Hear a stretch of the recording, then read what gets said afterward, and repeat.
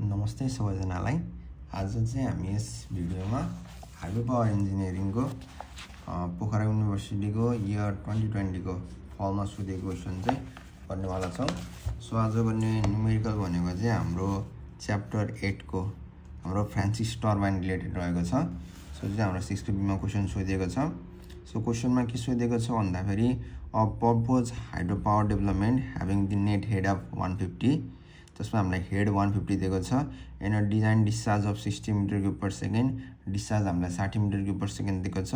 It's going to use a Francis turbine. कस्तो turbine रहेछ भन्दाखेरि फ्रान्सिस टर्बाइन रहेछ।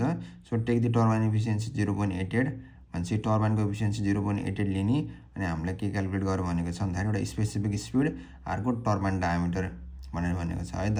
सो यो फ्रान्सिस टर्बाइन पनि अलिकति पेल्टन टर्बाइन जस्तै हुन्छ। सो हाम्रो स्पेसिफिक स्पिड भनेको एनएस भ्याल्यु है। अनि एनएस को फर्मुला हाम्रो कति थियो, N root under P divided by S को पावर 5/4 है। सो यो फर्मुला युज गरेर हामीले एउटा स्पेसिफिक स्पिड निकाल्ने हैन। अनि अर्को टर्बाइन डायमिटर पनि सोधेको छ। सो टर्बाइन डायमिटर भनेको के हो, हाम्रो यो डी को भ्यालु सोधेको, त्यो भनेको 60b ड्यास डिभाइडेड बाई पाइएन गरेर झिक्न पर्ने हुन्छ है त।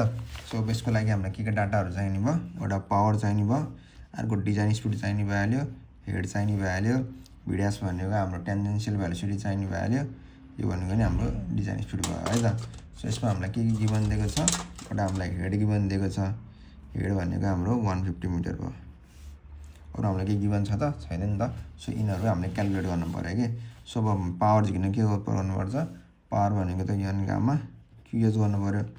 सो यन भनेको हाम्रो 0.88 दिएको छ, गामा भनेको 9.81 भइहाल्यो, डिस्चार्ज भनेको हाम्रो कति दिएको छ 60 दिएको छ, इन्टु हेड कति दिएको छ 150। सो यसबाट हाम्रो पावर आउने भइहाल्यो, यो पावर आउँछ है त। सो हेड पनि छ। अब यनको भ्यालु चाहियो है। यो यनको भ्यालु आइसकेपछि बल्ल एनएस को भ्यालु आउँछ नि त। सो अब यो एनएस को अर्को फ्रान्सिस टर्बाइनमा चाहिँ हाम्रो अर्को एउटा फर्मुला पनि हुन्छ फ्रान्सिस टर्बाइनको लागि चाहिँ, जुन चाहिँ हाम्रो त्यो भनेको 2400 रुट अन्डर 24 रुट अन्डर यच। यो चाहिँ फ्रान्सिस टर्बाइनको लागि चाहिँ हाम्रो स्पेसिफिक स्पिडको फर्मुला चाहिँ यो पनि हुन्छ अर्को।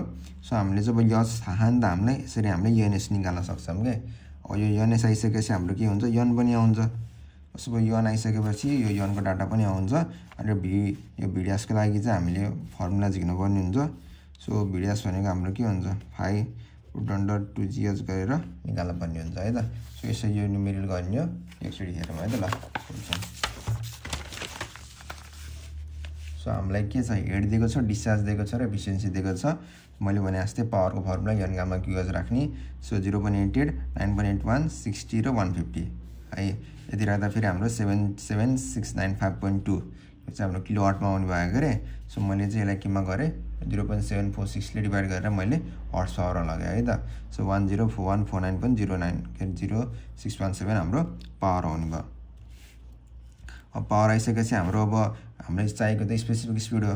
सो स्पेसिफिक स्पिडको लागि formula N root under P divided by एचको पावर 5/4 हो। जसमा हाम्रो पावर पनि छ, एच पनि छ। सो एन थाहा छैन है। सो हाम्रो अब फ्रान्सिस टर्बाइनको लागि चाहिँ यनको छुट्टै अर्को फर्मुला पनि हुन्छ, त्यो भनेको 2400 रुट अन्डर एच। यदि हामीले यनको भ्यालु दिएको हुन्थ्यो भने डिजाइन स्पिड हामीले सिधै डाइरेक्ट गर्न सकिन्थ्यो है त। सो एनएसको अर्को फर्मुला यो भइहाल्यो के अरे। सो यो राख्दाखेरि हाम्रो कति आउँछ, 2400 डिभाइडेड रुट अन्डर 150 राख्दाखेरि 195.95 आरपिएम चाहिँ हाम्रो स्पेसिफिक स्पिडको भ्यालु आयो।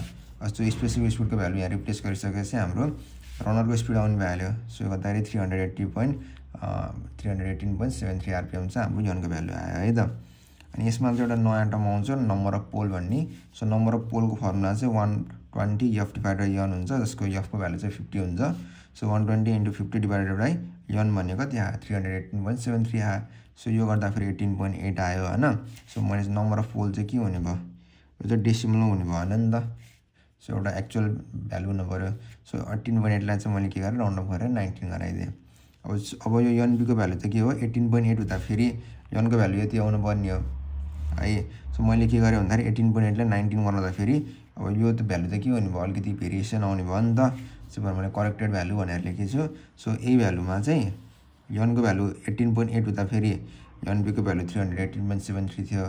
अब यो यनको भ्यालु चाहिँ कति पर्ने 19 राखिदियो। सो 19 राख्दाखेरि एनपीको भ्यालु कति आउँछ के अरे यनको भ्यालु कति आउँछ भन्दाखेरि सो 120 × 50 डिभाइडेड एनपी 19 राख्दाखेरि 315.78 आयो है त। सो यति आरपीएम चाहिँ हाम्रो यनको भ्यालु भयो करेक्ट ट्रेनिङको भ्यालु। अब यो यन पहिला 318.73 थियो है, अब त्यसले 315.78 भयो। अब यो यन यति हुँदा फेरि अब यो के हुने भयो यन यसको फर्मुलामा यसमा पनि चेन्ज आउने भयो नि त यन चेन्ज भइसकेपछि। सो यन एस भनेको कति आउने भयो सो यो यनको भ्यालु यति राख्दाखेरि हाम्रो यो पावर भनेको त 10149.0617 भइहाल्यो के अरे, यस भनेको 150 भइहाल्यो। सो यो राख्दाखेरि 194.13 आरपीएम चाहिँ हाम्रो यनएसको भ्यालु आयो है त। सुरुमा चाहिँ 195 थियो अझ 194 आरपीएम भयो। सो करेक्टेड भ्यालु भएको के किनकि यसले भेरिएसनले गर्दाखेरि। सो हामीलाई सुरु एउटा स्पेसिफिक स्पिड सोधेको त्यसको भ्यालु आयो। अब अर्को हामीलाई डायमिटर सोध्यो हैन।